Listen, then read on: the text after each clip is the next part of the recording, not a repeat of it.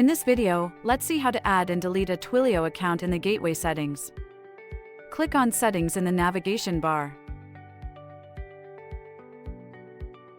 Select Gateways from the Settings menu. Choose Easify Gateway from the Gateways list. View Easify SMS gateway details, then use the breadcrumb navigation to return and explore other gateways.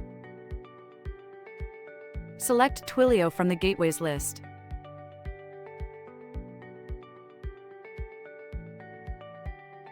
Click the Add Twilio Account button.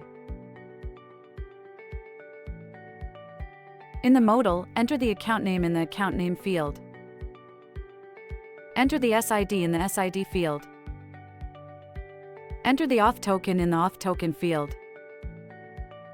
Click the Add button in the modal to submit your Twilio account details.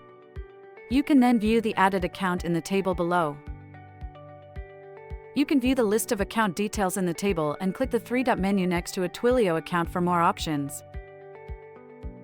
Tap the three dots, then choose Edit Details to fill in the info.